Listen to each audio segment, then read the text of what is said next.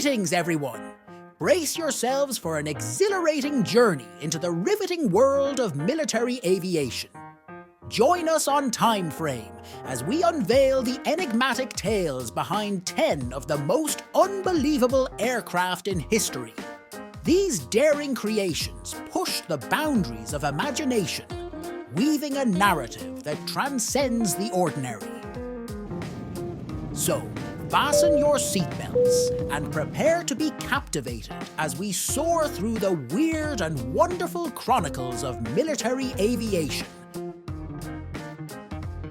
The 1940s, a time of war, rationing, and apparently flying pancakes. Introducing the Vought V-173, the eccentric aircraft affectionately known as the Flying Pancake. Conceived during World War II, this experimental wonder was the brainchild of Chance Vought, who must have had a breakfast revelation. Its unconventional design, resembling a flattened pancake, wasn't just for show. It aimed to maximize lift and stability. Between 1942 and 1943, the Flying Pancake took to the skies for extensive flight tests. Imagine the reactions of unsuspecting pilots as they taxied a pancake down the runway. Now, what made the V-173 truly stand out was its avant-garde engineering.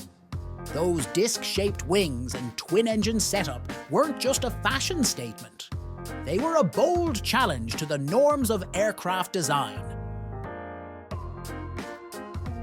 In the vast landscape of transportation innovation, the Ekranoplan stands out as a unique class of ground-effect vehicles, tracing its origins to the Soviet Union in the swinging 60s. Designed by the visionary Rostislav Evgenyevich Alexeyev in the 1970s, this behemoth, affectionately dubbed the Caspian Sea Monster, was no mere watercraft. It harnessed the ground effect to glide just above the water's surface, a purposeful design that served both military and civilian needs. And colossal they were, with some models stretching over 300 feet. The Ekranoplan held the title of one of the largest vehicles ever constructed. It wasn't just a transport, it was a floating, flying leviathan. But as history tends to unfold, the Ekranoplan's glory days waned in the 1990s. With the Cold War's end and military priorities shifting like tides, many Ekranoplans were left abandoned, drifting into retirement.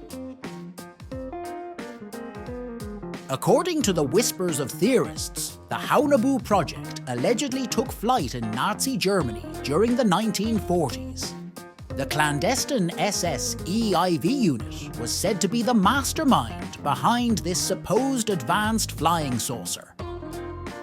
Imagination knows no bounds, and neither did the Haunebu's supposed capabilities.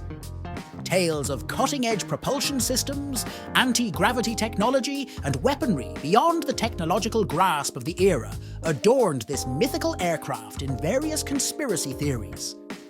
As the whispers continued, so did the alleged secrets. Rumours spoke of a hidden Nazi base, Base 211, nestled in Antarctica. Here, the Haunebu was said to undergo mysterious experiments, and some theories even linked this base to the mythical Hollow Earth. As World War II drew to a close, the conspiracy yarns suggested that the remaining Haunebu prototypes found refuge in secret underground facilities or escaped to the icy expanse of Antarctica. However, let's be clear. The Haunebu legend is the stuff of controversy and is firmly rooted in the realm of conspiracy theories. Scholars and historians dismiss it as speculative fiction, emphasizing the lack of credible evidence to support its existence. Next up, we have the Convair XFY Pogo. What set the XFY Pogo apart? Its unconventional tail-sitter configuration. a vertical takeoff and landing aircraft that could seamlessly transition to horizontal flight, with wings facing forward during cruise. The key to its vertical prowess lay in its ability to rotate the entire fuselage, an aeronautical ballet, allowing the cockpit to face upwards for takeoff and landing and forward for horizontal flight. From 1954 to 1956, the XFY Pogo danced across the skies in a series of test flights. However, like any avant-garde performance, the initial tests posed challenges.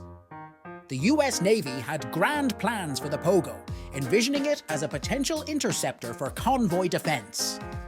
But alas, despite showcasing promising capabilities, the final curtain fell on the XFY Pogo project in 1956. The insights gained from the Pogo project became a beacon guiding the way for future VTOL aircraft. Taking 6th spot is the Hughes H-4 Hercules. The Hughes H-4 Hercules, famously known as the Spruce Goose, took flight from the ambitious mind of American tycoon Howard Hughes. Conceived to meet the wartime need for a colossal cargo and troop transport aircraft during World War II, the Spruce Goose stands as an enduring testament to innovation. This mammoth of the skies earned its stripes as the largest flying boat ever constructed, boasting a wingspan that stretched beyond 300 feet. What's more intriguing, its primarily wooden construction, crafted from birch, a departure from the metal typically used in conventional aircraft of the era. On November 2nd, 1947, the Spruce Goose took its maiden and only flight, lifting off Long Beach Harbor in California. Piloted by Howard Hughes himself, this brief journey covered approximately 1 mile at an altitude of 70 feet. Preserved and showcased at the Evergreen Aviation and Amp Space Museum in McMinnville, Oregon, the Spruce Goose is a tangible reminder of an audacious era in aviation history. On to number 5, we have the Bell X-22. Emerging in the 1960s as a pioneering tilt-rotor aircraft, this aircraft was a trailblazer designed to unravel the possibilities and advantages of tilt-rotor technology. Its distinctive design featured 4 rotors mounted on tilting wings, granting it the extraordinary ability to take off and land vertically like a helicopter, and seamlessly transition to horizontal flight akin to fixed-wing aircraft. The X-22 took its maiden flight in March 1966, marking a significant leap in tilt-rotor technology. This experimental venture aimed to assess the versatility and potential applications of vertical takeoff and landing, VTOL aircraft. The legacy of the Bell X-22 lies in its contribution to tilt-rotor technology. The data and insights it provided paved the way for subsequent tilt-rotor aircraft, most notably the iconic V-22 Osprey, now a staple in both military and civilian operations.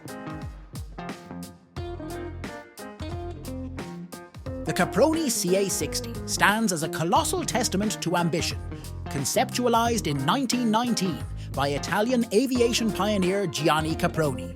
This audacious project aimed to birth a transatlantic behemoth capable of ferrying a substantial number of passengers through the skies. The CA-60 wasn't just an aeroplane, it was a nonaplane, a daring design featuring 9 wings. This unprecedented layout sought to harness enough lift for the colossal aircraft's lofty ambitions. Measuring a jaw-dropping 98 meters, 321 feet in wingspan, and 23 meters, 75 feet in length, designed to pamper up to 100 passengers. Fueling this ambitious giant were 8 Liberty V12 engines, each powering its own propeller in a unique propulsion system designed to supply the necessary thrust. Tragically, on March 4th, 1921, during its maiden flight attempt from Lake Maggiore in Italy, A catastrophic failure during takeoff led to a brief, ill-fated ascent before a dramatic crash, resulting in significant damage. Breaking into the top 3 is the Northrop YB-35. This aircraft wasn't just a piece of machinery, it was a venture into the unknown, aiming to unlock the advantages of a flying wing design with a focus on minimizing drag and maximizing fuel efficiency. The YB-35's design was a departure from tradition, boasting a revolutionary flying wing that discarded the conventional fuselage and tail. Propelled by 4 pusher-configured contra-rotating propellers, the YB-35 was engineered to achieve an extended operational range and deliver hefty payloads. As aviation technology evolved, so did the YB-35, giving rise to the jet-powered YB-49 variant. Retaining the flying wing concept, the YB-49 swapped its piston engines for jet engines.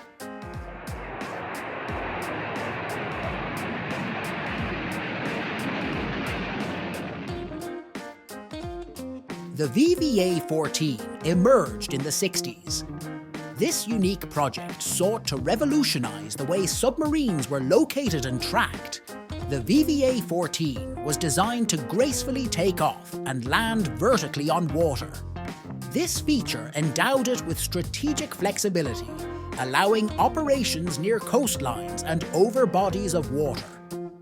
At the heart of the VVA-14's design was the incorporation of wing and ground effect technology. This innovative approach allowed the aircraft to harness the aerodynamic ground effect near the water's surface. While the prototype demonstrated its potential, technical challenges loomed large, leading to the discontinuation of further development.